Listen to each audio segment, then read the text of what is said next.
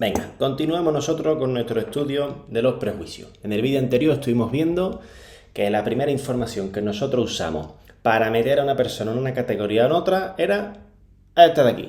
Te ponga como tú te pongas, porque además es que se sabe que el sentido que más recursos atencionales se lleva es el de la vista. Así que ahí no hay discusión. Pero Susan Fiske, que es una de las psicólogas más tochas en el ámbito de la psicología social, en 2002 hizo un estudio que es alucinante. Uno de los estudios psicológicos más grandes y más importantes sobre el prejuicio. Y en la descripción te dejo yo el enlace por si quieres echarle un vistazo tú de primera mano. Y este estudio la verdad es que es apasionante, no solamente por los descubrimientos que hizo, sino porque además es un estudio muy metodológico. ¿Metodológico qué significa, Juanma? Metodológico significa que es muy largo, muy grande, muy exhaustivo y con muchas fases. Vale, pero antes de nada necesito que entendamos la diferencia que hay entre un estereotipo y un prejuicio. Digamos que el estereotipo realmente es la categoría o el grupo en el que nosotros metemos a una persona. Y el prejuicio es ese juicio, la opinión, lo que nosotros nos suscita a esa persona por el hecho de pertenecer a esa categoría en la que la hemos metido. Entonces el prejuicio es algo más general, objetivo, se podría decir, y el prejuicio es subjetivo, depende de ti, depende de la persona que va a emitir el juicio. Un ejemplo así tonto para que lo entendamos, un estereotipo sería ser del Sevilla o ser del Betis. Y lo que a ti te transmita, por ejemplo, un sevillista, pues va a depender de si tú eres sevillista, si tú eres bético, si tú no eres de ninguno de los dos equipos, o si a ti directamente te da igual el fútbol. ¿Se entiende, no? Pues entonces ya estamos listos para ir directo al estudio. Y para que esto no se haga muy tedioso y vayamos directo al grano, al barrillo, a la verruga, yo te voy a resumir 800 páginas de informe, de estudio, en un párrafo. Básicamente lo que hizo Susan Fiske y todo su equipo de personas, porque esto no lo puede hacer solamente una persona, era encontrar cuáles eran esos subtipos, esos grupos, esos estereotipos que había en Estados Unidos. Y una vez que se localizan esos grupos, esos estereotipos en los que se divide a la población, querían ver cómo se fundamentan, qué es lo que tiene que tener una persona para que pertenezca a un grupo y no pertenezca a otro, y qué es lo que eso significa para la persona que emite el juicio y para la persona sobre la que recae ese juicio. Es decir, localizaron el estereotipo y querían saber cómo se formaba el prejuicio. Los estereotipos que localizaron fueron, por un lado, amas de casa, retards, que lo podemos entender como discapacitados mentales, disabled, que eran discapacitados físicos, trabajadoras del hogar, hispanos, porque estaban localizados en Estados Unidos, árabes, judíos, asiáticos, blancos pobres, blancos ricos, negros pobres, negros ricos, welfare recipients, que esto es gente que recibe ayudas sociales, homosexuales, inmigrantes trabajadores, mujeres sexys, mujeres exitosas, feministas y ricos a secas. Y sinceramente yo hoy en día echo en falta algunas otras categorías y yo creo que esto se debe a que esto es un estudio de 2002. Yo creo que si este estudio se vuelve a hacer ahora, yo creo que se harían otras categorías como personas con obesidad, veganos, transexuales, en fin, un montón de nuevas categorías, de nuevos estereotipos que han ido surgiendo con el desarrollo de la sociedad. Y si alguien por casualidad quiere subvencionarme a mí, yo estoy dispuesto a hacer este estudio en España, ¿vale? Yo lo dejo caer por si hay alguien que tiene un montón de pasta y no sabe qué hacer con ella.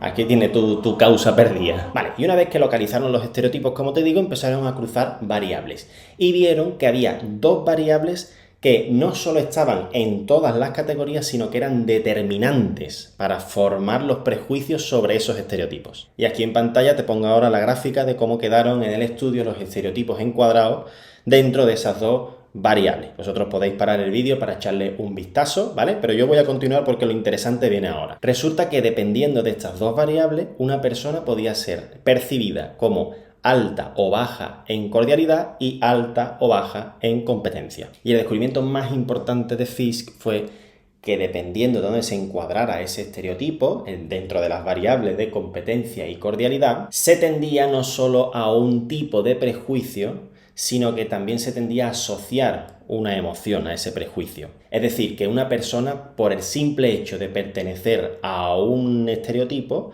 se le asociaba ya una emoción, se nos activaba a nosotros, a la persona que emite el juicio, se le activaba una emoción. Y eso es lo verdaderamente más importante de este estudio. Total, que aquí os pongo el cuadro de cómo quedan los prejuicios y las emociones encuadradas, ¿vale?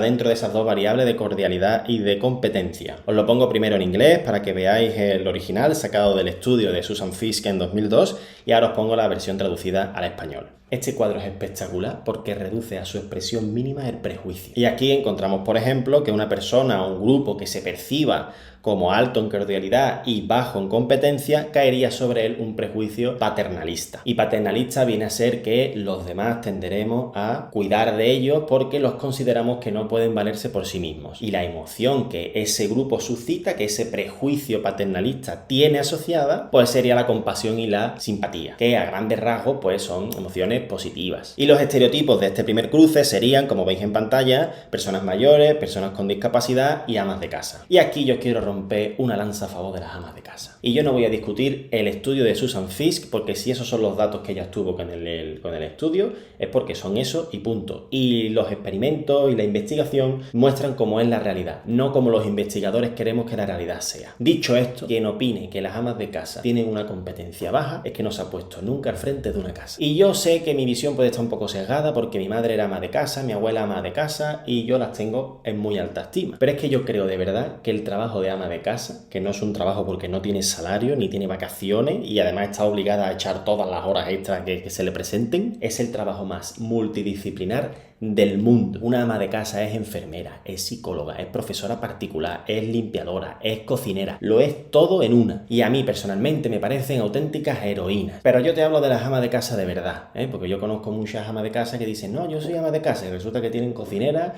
tienen jardinero, a los niños los tienen de 8 a 8 en el colegio y en las clases extraescolares, y no, mire usted no es ama de casa, usted es una vividora y ya está, no pasa absolutamente nada. Yo me refiero a las amas de casa de verdad, como mi madre y como mi abuela. Chapó, me quito el sombrero. Y por mi parte, con las amas de casa, paternalismo, poquito. Ahora bien, seguimos con nuestro estudio. En la siguiente categoría encontramos la cordialidad alta, es decir, son personas que son amables, y una competencia alta, es decir, que son muy buenos en esa categoría en la que se le está evaluando. El prejuicio y la emoción asociada a esta categoría, como estamos viendo, pues sería la admiración, que como vemos, pues vuelve a ser una emoción positiva. Susan Fiske encuentra que los estereotipos percibidos con estos atributos, pues son los propios estereotipos a los que pertenece la persona que emite el juicio. Y esto tiene una explicación muy sencilla, y es que nosotros tendemos a percibirnos, a vernos como las personas que nos rodean. Entonces, si nosotros juzgamos mal a las personas que nos rodean, sería como si nos estuviéramos juzgando mal a nosotros mismos, lo cual eso pues daría lugar a distorsiones cognitivas, a un sentimiento de insatisfacción que no podemos permitir. Entonces, juzgar al endogrupo, a nuestro grupo y a nosotros mismos como mejores que a los demás, a los de grupos externos,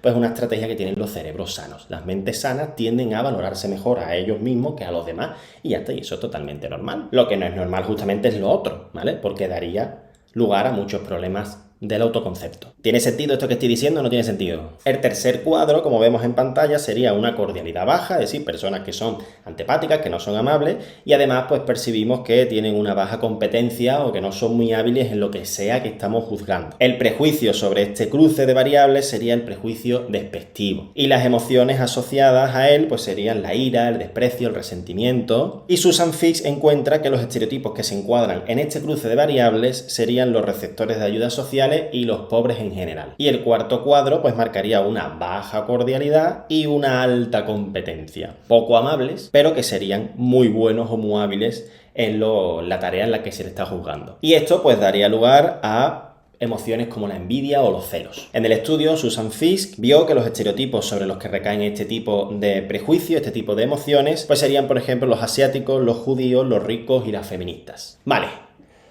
Ahora vamos a coger aire, porque esto ha sido mucha información. Y a ver, esto es muy interesante, porque siendo conscientes de esto, podemos entender por qué hay ciertos grupos, ciertos estereotipos que nos activan, que nos suscitan un tipo de emoción. Entendiendo por qué sentimos lo que sentimos, podemos nosotros darle una pensada y trabajar sobre nuestros prejuicios. Pero este tema lo vamos a ver en el siguiente vídeo, ¿vale? Donde vamos a explicar las estrategias para abordar y mejorar y entender los prejuicios. Pero antes de terminar este vídeo, a mí me gustaría hacer un par de reflexiones y abrir un melón, para dejar que cada uno reflexione a su ritmo, con calma tal, y si alguien quiere compartir esa reflexión en los comentarios, yo voy a estar encantado de leerla. Empecemos por las reflexiones.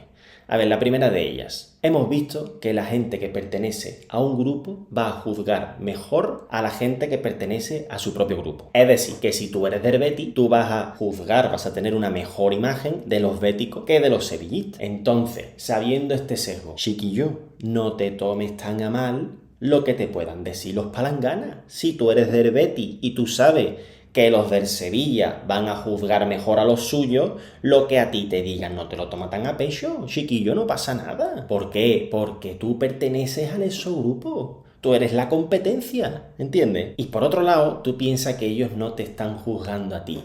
Ellos no están juzgando a Antonio García Gutiérrez. Ellos están juzgando a un bético, al que le atribuyen todas las categorías del grupo Betis, del grupo béticos. Y a ti te van a juzgar por el simbolito, por el escudo que tú tienes en tu camiseta, no por quién tú eres. La camiseta del Betis se la pone, yo qué sé, millones de personas. Bueno, a lo mejor millones tampoco, porque no sé cuántos aficionados del Betis hay. Pero que no te están juzgando a ti, están juzgando al equipo, a lo que consideran que tú tienes por el hecho de ser bético. Entonces, conclusión de esta primera reflexión: las críticas de los demás, si perteneces a un grupo distinto de la persona que te está juzgando, probablemente esas críticas estén sesgadas para lo bajo, para lo negativo, ¿vale? Probablemente te vayan a juzgar peor que si lo hiciera una persona de tu grupo o una persona de otro grupo que no tuviera nada que ver contigo. Pero es que tú no tienes que coincidir con absolutamente todos los atributos de tu grupo, que a ti te están juzgando el todo por la parte, que son muy importantes. Segunda reflexión: hemos visto que la cordialidad es mucho más determinante que la competencia para suscitar, para activar emociones positivas. Porque una competencia baja, por ejemplo, podía generar simpatía, podía generar compasión. Pero en todas las variables, la cordialidad baja siempre suscitaba sentimientos negativos. Entonces, lo ideal es que siempre se nos percibiera como una persona alta en cordialidad y alta en competencia. Eso sería lo perfecto, el mundo de luz y color. Pero esto no es así siempre, chiquillo, porque ni todo el mundo vale para todo, ni todo el mundo vale para lo mismo. Si tú tienes 20 amigos, tus 20 amigos ni te valen para todo, ni te valen para lo mismo. No quieras ser tú ese amigo comodín que valga para todo, que valga lo mismo para una mudanza, que para contarle un desamor, que para ayudarte a encontrar lo que fuera. Que no, que tú no puedes servir para todo. Eso sería lo ideal, pero la realidad es que todo el mundo tenemos nuestras fortalezas y nuestras debilidades.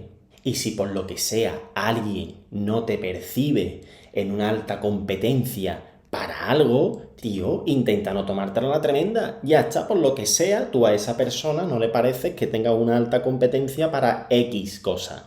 Aquí lo ideal sería que tú fueras consciente de cuáles son tus fortalezas y tus debilidades. Que yo sé que eso de las tazas de Mr. Wonderful, no, tú puedes conseguir todo lo que te proponga. Aquí todo el mundo tenemos limitaciones. Y si tú eres capaz de encontrarle y decir, vale, yo tengo limitaciones en este aspecto, pues tú ya sabes más o menos en qué te puedes prestar y a qué cosas pues no te puedes prestar. A mí, por ejemplo, si viene un amigo y me dice, Guillo, que me he comprado una estantería Billy en Ikea, ¿te vienes a mi casa a montarla? Pues yo, que sé que soy nefasto totalmente para montar muebles de Ikea, pues yo le digo, mira, yo no te aseguro de que la estantería la vayamos a montar hoy, pero reír no nos vamos a reír. Y ya está, porque hemos visto que la cordialidad es determinante para las emociones positivas. Entonces, da igual si tú eres una patata en un aspecto de tu vida o en varios aspectos o en varias facetas. Lo importante es que tú seas una patata amable, una patata divertida, con cordialidad, que tú digas, soy una patata, pero bien que te lo pasa conmigo, ¿qué? Entonces, conclusión de esta segunda reflexión: por favor, no quieras ser siempre el elegido, el mejor. Tú sé el mejor en lo que tú seas el mejor. Cuando tú veas que no eres competente en algo, sonrisa, amable, hacer reír, te toca ser gracioso del grupo y ya está, chiquillo. Con la cordialidad, con la amabilidad, con la educación, se llega mucho más lejos que con la competencia. Y aquí viene el melón que yo os quiero abrir, a colación de esta reflexión, de esta conclusión que hemos sacado nosotros del estudio de Fisk. ¿Vosotros estáis de acuerdo en que la cordialidad sea más determinante que la competencia? ¿Creéis que esto es así por el hecho de que vivamos en una sociedad que ya está desarrollada? ¿O que esto ha sido así siempre? Lo cual sería muy interesante de estudiar a lo mejor en tribus o civilizaciones subdesarrolladas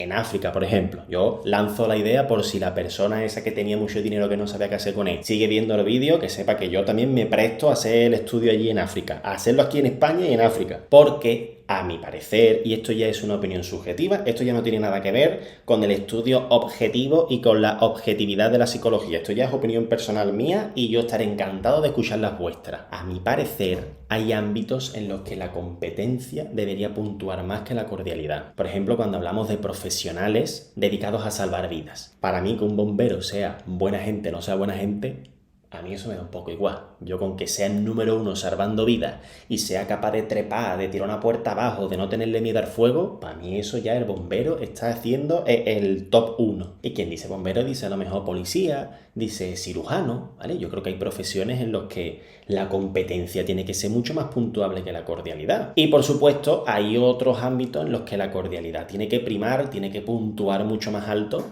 que la competencia. Sin que la competencia sea nula, pero sí que es verdad que hay profesiones, por ejemplo, el profesorado. El profesor puede saber mucho de la materia, puede ser el número 1, que como no sepa transmitir y no tenga don de gente con los alumnos, ese profesor está destinado al fracaso y está destinado a llevar al fracaso esa asignatura. Entonces, bueno, pues yo quería dejar por aquí esta reflexión y que vosotros me digáis a mí en los comentarios en qué estereotipos creéis que está más valorado la competencia, la cordialidad, si eso debería ser así, si no debería ser así, en fin, que me contéis vuestras opiniones y vuestras cosas, vuestras inquietudes, ¿vale? Así que nos vemos en el siguiente vídeo, espero que hayáis disfrutado, que esto sirva para reflexionar, para conoceros, para que penséis las cosas y un besazo, cuidarse mucho. Fuera, mala vibra, fuera, miramos